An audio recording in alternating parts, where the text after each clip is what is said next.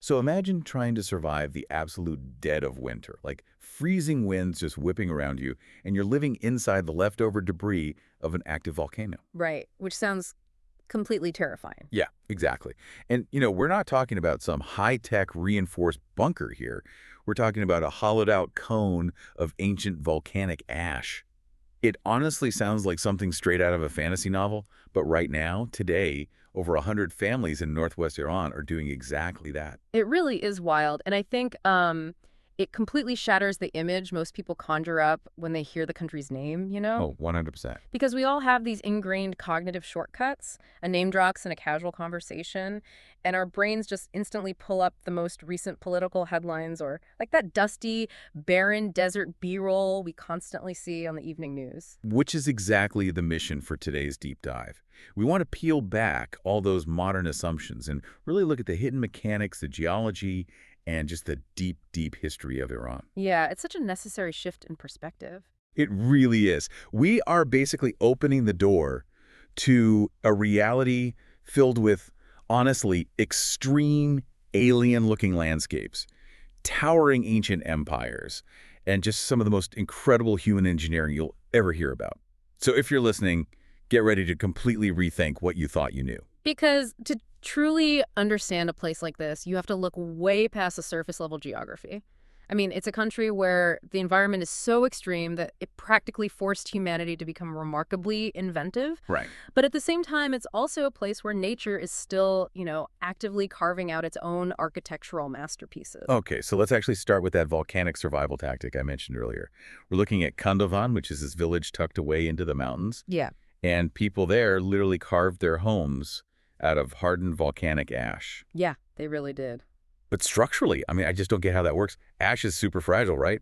How do you hollow out an entire house from volcanic ash without the whole mountain just crumbling down on top of you? Well, it really comes down to the specific type of geological formation we're dealing with. We aren't talking about loose, powdery ash that you'd sweep out of a fireplace. Okay, so it's solid. Exactly. So millennia ago, Mount Sahand erupted and just blanketed the entire area. And over massive spans of time, that ash compressed into this rock called tuff. Tough, like Tuff. Right, exactly. Yeah. And tuff is porous and relatively soft, which means you can actually chip away at it with basic hand tools. But here is the brilliant part.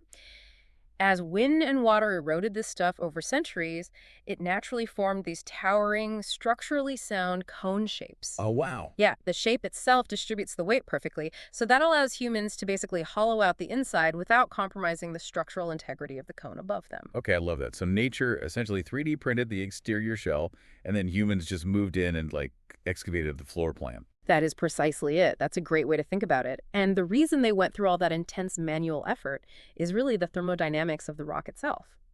Because tuff has this massive thermal mass. Meaning it absorbs and holds on to temperature really slowly. You got it. It acts as this incredibly efficient thermal barrier. So in the winter, when the biting mountain cold is just relentless, the thick walls prevent those freezing temperatures from penetrating the living space. Which is pretty crucial when you're living in a mountain range. Extremely. And then conversely, during the blistering summer months, the rock blocks the heat. So you get this perfectly stable, naturally climate-controlled environment year-round, and you don't have to burn an ounce of fuel. That is just such a brilliant compromise with a harsh environment. But, if Kandovan is humanity finding a way to sort of tame the landscape, the Lut Desert down in the southeast is where nature makes it very, very clear that it's entirely in charge. Oh, absolutely. Because the temperatures recorded there are almost difficult to process, like they don't even seem real. No, they really don't. We are talking about ground temperatures reaching up to 70 degrees Celsius. Wait, 70 degrees Celsius? That's, let me think. That's roughly 158 degrees Fahrenheit. Right. It's dangerously hot. I mean, that is literally the internal temperature of a fully cooked medium-well steak. How does the sand not literally melt into glass at that point? And how does any biological life even survive that? Well, the sand doesn't melt because quartz, which is what makes up most sand, actually has a melting point well over 1,000 degrees Celsius. Okay, fair enough. But to your second point, yeah, hardly anything does survive. I mean, the reason it gets so unbelievably hot is this combination of dark surface materials that aggressively absorb solar radiation and just a complete, utter lack of moisture. You're right. There's just no water to evaporate and carry away the heat. Exactly. It just bakes. And out of that crazy extreme heat comes this totally bizarre geological phenomenon called the Yardangs. I was looking at the aerial photos of this, and it literally looks like someone dropped you right into a post-apocalyptic New York City. It really does have that skyline vibe.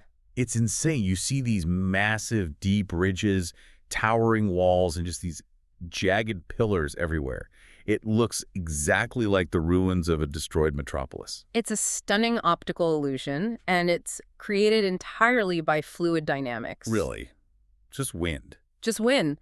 The wind in the Lut Desert is highly directional and completely relentless.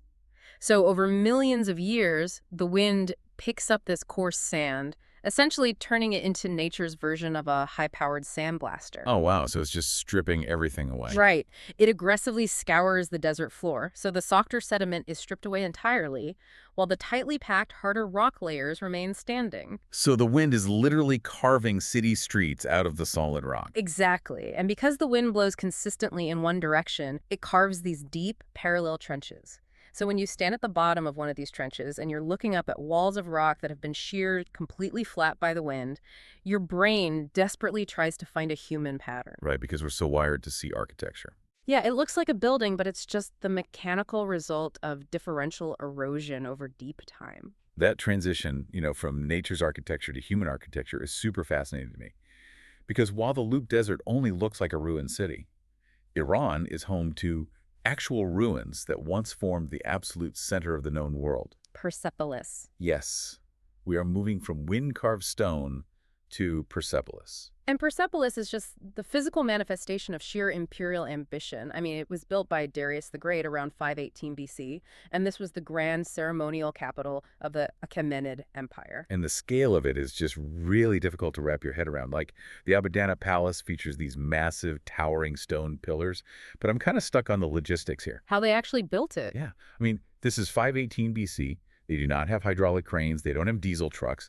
How are they sourcing and assembling stone of this sheer magnitude on this huge elevated terrace? Well, the engineering is where Persepolis truly shines. I mean, they quarried limestone from the adjacent mountains, obviously, but the assembly didn't rely on massive amounts of mortar like you might see in other ancient structures around the world. So they didn't just glue it together with mud or cement. No, not at all.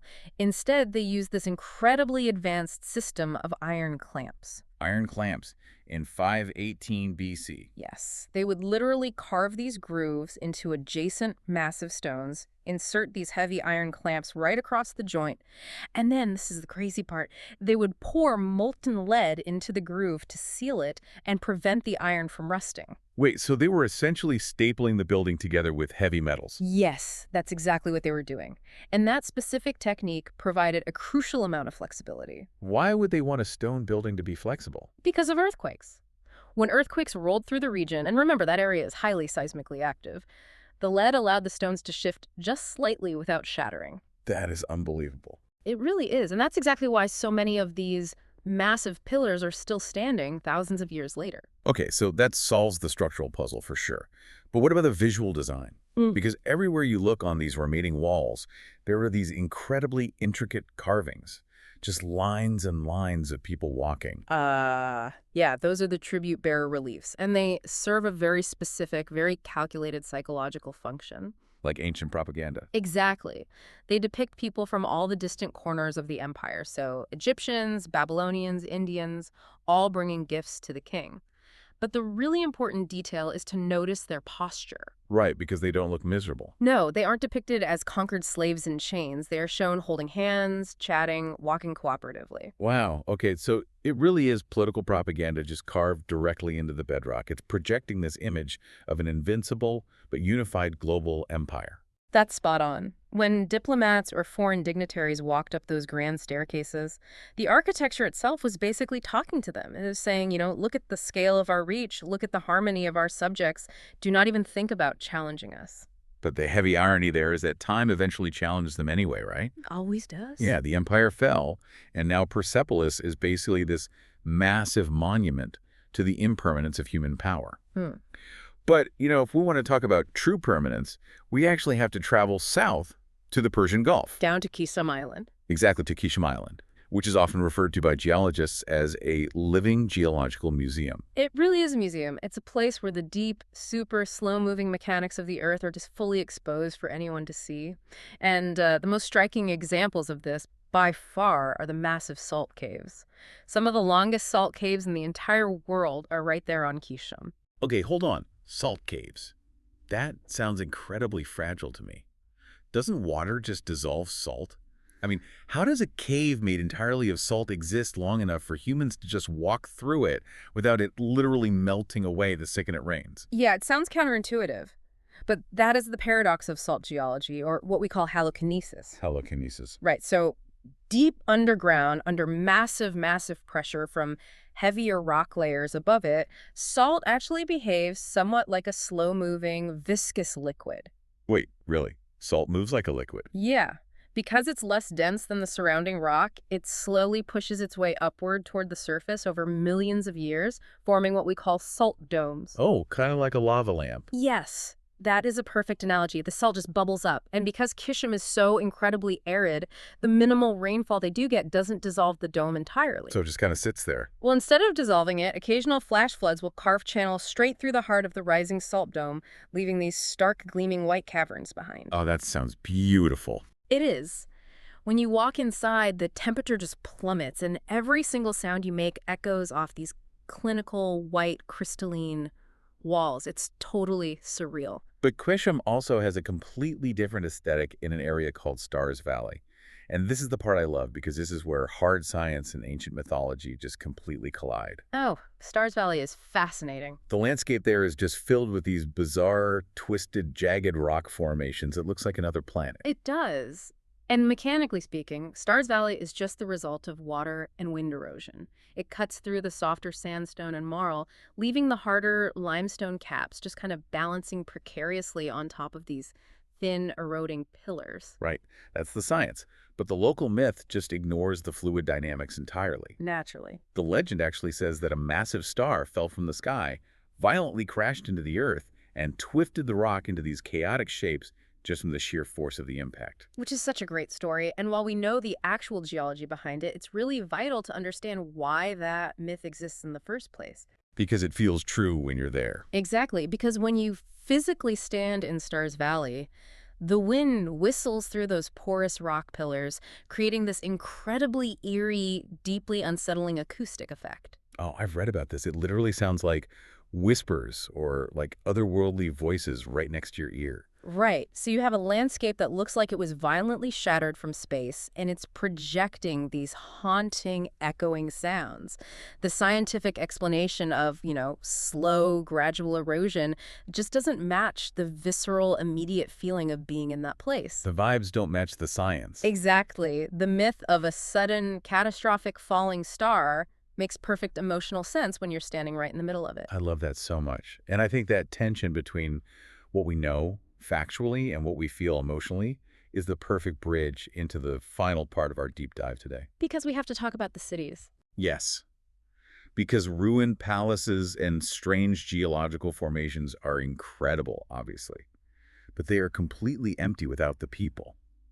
To really understand Iran, you have to look at the living heartbeat of the country, where thousands of years of deep history just directly collide with the reality of like a Tuesday morning commute. And that collision is nowhere more apparent than in Tehran. Oh, totally. It's a city defined by this heavy, almost restless duality. Right, because on one hand you have towering, modern high-rises, heavily trafficked highways, and basically all the speed and stress of a 21st century metropolis. Yeah, it's very fast-paced. But then, woven directly into that concrete grid are these ancient bazaars. And we should clarify, these aren't just, quaint little tourist traps selling postcards and souvenirs. Not at all. I mean, the Grand Bazaar in Tehran is a massive labyrinthine economic engine. Historically, bazaars were the absolute center of civic life in Iran. They ran everything. They did. They dictated the flow of goods, the distribution of wealth, and even heavily influenced political power. And today, they still function like an entire city within a city. It's like stepping into a portal. It really is. You can literally step off a loud, smoggy, modern street,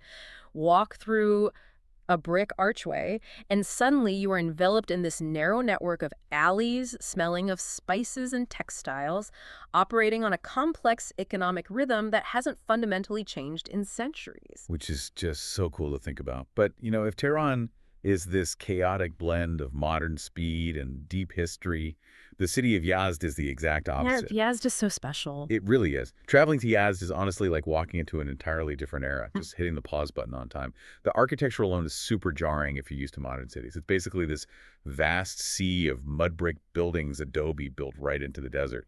But the thing that really dominates the skyline are the badgers, right? The wind catchers. The wind catchers are an absolute masterpiece of passive engineering. Okay, I really want to break this down because I'm looking at pictures of these tall, chimney-like towers sitting on top of the roofs, and I'm just trying to figure out, how does a mud brick tower cool a house in a blistering desert without plugging into an electrical grid? It feels like magic. It does feel like magic, but it relies entirely on pressure differentials. Okay, how so? Well, the wind catcher is essentially a tall tower with open vents facing the prevailing wind. So as the hot desert breeze hits the tower, it's forced down into the interior of the house. But wait, wouldn't that just blow hot air inside? That seems awful. You would think so, but it doesn't just blow hot air directly onto the people inside. At the base of the tower, down inside the home, the air is channeled to pass over what's called a qanat. Okay, a qanat being an underground water channel, right? Like an aqueduct bringing snowmelt down from the mountains. Exactly. So this hot, dry desert air rushes over the cool subterranean water pool, and the rapid evaporation of the water instantly drops the temperature of the air. Oh, that is so smart. It is. This newly cooled, heavy air then naturally settles into the living spaces, while the residual warm air is naturally pushed out through vents on the opposite side of the tower. Wow. So it is literally a completely passive, zero-carbon HVAC system powered entirely by the desert wind and a little bit of physics. And it is incredibly effective. It can drop the ambient temperature inside the house by over 20 degrees Fahrenheit. That's a huge difference. It really is. And that architectural cooling effect basically dictates the entire culture of Yazd. The harshness of the desert is held at bay, which creates this profound sense of quiet and slow-paced life within the city's thick adobe walls. You don't have to rush. The architecture protects you. Which naturally leads us to really the cultural apex of this whole journey. If Yazd is about quiet survival, Isfahan is just a loud, unapologetic celebration of beauty. Oh, absolutely. Historically, Isfahan was so culturally and politically dominant that it was literally called half the world. Which is a staggering level of confidence for a city to have. Right. But honestly, when you look at the urban design, specifically Imam Square, it completely earns the title. It is one of the largest public squares on Earth, and it's bordered by these massive, sprawling palaces and mosques. And the defining feature of those mosques, the thing that just hits you immediately, are the tiles. Millions and millions of deeply saturated, brilliant blue tiles. They are iconic. But I was wondering, from an architectural standpoint, why blue? Like in an environment surrounded by brown deserts and gray mountains, why expend so much immense energy and wealth sourcing cobalt to glaze millions of tiny blue tiles? It's actually a very deliberate psychological contrast. Oh, really? Yeah. In a harsh, arid environment, the color blue subconsciously represents water, the sky, and essentially life itself. That makes a lot of sense. So by covering these massive domes in intricate blue floral patterns, the architects were essentially building a giant visual oasis. It tricks the eye, and it actively cools the mind. And crucially, it forces you to slow down. How does it force you to slow down? Because the patterns are so geometrically complex, they use these fractals and endless repeating loops, that you physically cannot take it all in with a single glance. It demands contemplation. It forces you to stop walking and just look. It slows you down, exactly like the traditional hammams do, the bathhouses that are scattered throughout all these cities. Yes. The hammams are the perfect example of how architecture literally dictates social behavior.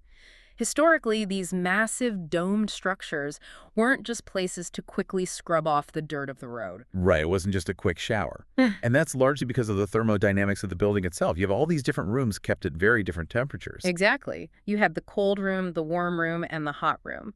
So moving through a hammam wasn't a 15-minute task. It was a multi-hour process. You had to commit to it. You really did. And because you were forced to linger in these beautifully tiled, echoing chambers as your body adjusted to the heat, It organically became the ultimate social equalizer. Everyone's just hanging out in towels. Right.